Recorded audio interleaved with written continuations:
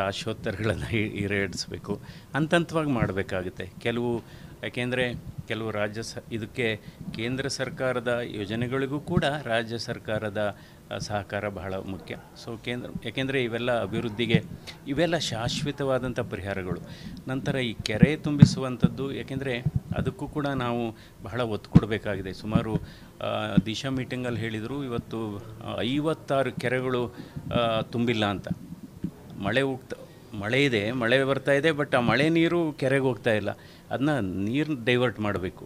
So ಅದಕ್ಕೋಸ್ಕರ ನಾನು ಈ ಕೆರೆ ಪ್ರತ್ಯೇಕವಾಗಿ, ನನಗೆ ಮೊದಲಿಂದಲೂ ಕೂಡ ಈ ನೀರು ಬಗ್ಗೆ ಬಹಳ ಆಸಕ್ತಿ. ನೀರನ್ನು ಉಳಿಸ್ಬೇಕು, ನೀರನ್ನು ಡೈವರ್ಟ್ ಮಾಡಬೇಕು. ಸೊ ಈ ರೀತಿ ಆಗ್ತಾಯಿದೆ. ಸೊ ಇವತ್ತು ಅಫಿಷಿಯಲ್ ಆಗಿ ಅಧಿಕೃತವಾಗಿ ನಾವು ಈ ಕಚೇರಿಗೆ ನಾವು ಪ್ರವೇಶ ಮಾಡಿದ್ದೇವೆ. ಸರ್, ಈಗ ಒಂದೇನಂತಂದರೆ ಶಾಸಕ ಮುನಿರತ್ನ ಅವರು ಬಿಜೆಪಿಯ ಶಾಸಕ ಮುನಿರತ್ನ ತಮ್ಮ ವ್ಯಾಪ್ತಿನಲ್ಲೂ ಕೂಡ ಅವರು ಶಾಸಕ. ಆದರೆ ಎರಡು ಸಮುದಾಯಗಳ ನಡುವೆ ಬೆಂಕಿ ಹಚ್ಚುವಂಥ ಕೆಲಸ ಮತ್ತು ಜಾತಿಗಳನ್ನು ಎತ್ಕಟ್ಟುವಂಥ ಕೆಲಸ ಮತ್ತು ಅವಮಾನ ಮಾಡಿದೆ. ಈ ಬಗ್ಗೆ ತಾವೇ ಇವಾಗಲೇ ಈ ವಿಚಾರ ಏನಿದೆ ಬಹಳ ದೊಡ್ಡ ಸುದ್ದಿಯಾಗಿದೆ. ಎರಡನೇದು, ಈಗಾಗಲೇ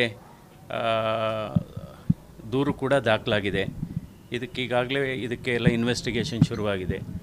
ಸೊ ನೋಡೋಣ, ಈಗ ಅದು ಲಾ ಆಫ್ ದಿ ಲ್ಯಾಂಡ್ ಏನು ತಗೊಳುತ್ತೆ, ಅದಕ್ಕೆಲ್ಲರೂ ಭದ್ರಾಗಿರಬೇಕಾಗುತ್ತೆ. ಶಾಸಕರಾದರೆ ಈ ವರ್ತನೆಗಳನ್ನು ತಾವೇನು ಹೇಳ್ತೀವಿ? ಲೋಕಸಭೆ ಚುನಾವಣೆಯಲ್ಲಿ ತಮಗೆ ಸಾಥ್ ನೀಡಿರೋ ಕಾರಣಕ್ಕೆ ಟಾರ್ಗೆಟ್ ಮಾಡ್ತಾ ಇದ್ದಾರೆ ಅಂತ. ಅಲ್ಲ, ಅದು ಈಗ ಅವರು ಕೂಡ ಎಲ್ಲೋ ಒಂದು ಕಡೆ ನೋಡಿದೆ, ಅವರು ಕೂಡ ಒಂದು ಕಡೆ ಹೇಳಿಕೆ ಕೊಟ್ಟಿದ್ದಾರೆ, ಇದು ಯಾರೋ ನಾನು ಮಾಡಿಲ್ಲ ಹಾಗೆ ಹೇಗೆ ಅಂತ. ಸೊ ಇದಕ್ಕೆಲ್ಲ ಕೂಲಂಕುಷವಾಗಿ ಪರೀಕ್ಷೆ ಮಾಡಿದಾಗಲೇ ಗೊತ್ತಾಗೋದು ಅವ್ರದ್ದು.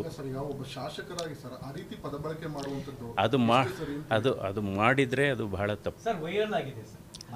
ಅಲ್ಲಲ್ಲ, ನಿಜ.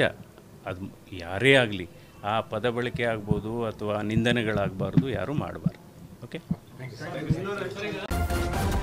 ನ್ಯೂಸ್ ಫಸ್ಟ್, ನಿರ್ಭೀತಿಯಿಂದ ನಿಮ್ಮ ಪರವಾಗಿ.